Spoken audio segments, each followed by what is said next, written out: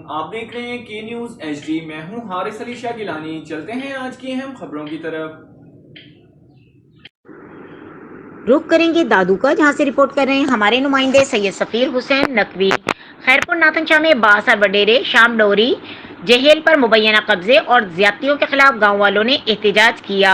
शाम डोरी जेल के मुकदमा वापस लो वरना अंजाम बुरा होगा। बासर वडेरे की मुबैना धमकियां मुख्तलिफ थानों के पुलिस बासर वडेरे के कहने पर हमको धमका रहे हैं। गांव भट्टी के रहूसानी बंटार मल्ला और अपने भाई के साथ नेशनल प्रेस क्लब खैरपुर नाथनशाह में प्रेस कॉन्फ्रेंस करते हुए कहा कि शाम को डोहरी जेल पर बासर वडेरा मुबैना कब्जा करना चाहते हैं, जिसका मुकदमा कोर्ट में चल रहा है। 21 मार्च को जब कोर्ट में सुनवाई के बाद जब कोर्ट से बाहर निकला तो बासर वडेरे के कहने पर कक्कड़ पुलिस SHO नूर मोहम्मद मरी, ASI के N शाह, इमाम बख्श कोसो, बोहोड़ी थाने का जमेदार और वजीर बख्यो और दीगर पुलिस एहलकार मुझे तशद्दुद का निशाना बनाकर पुलिस मोबाइल में गिरफ्तार करके ले गए।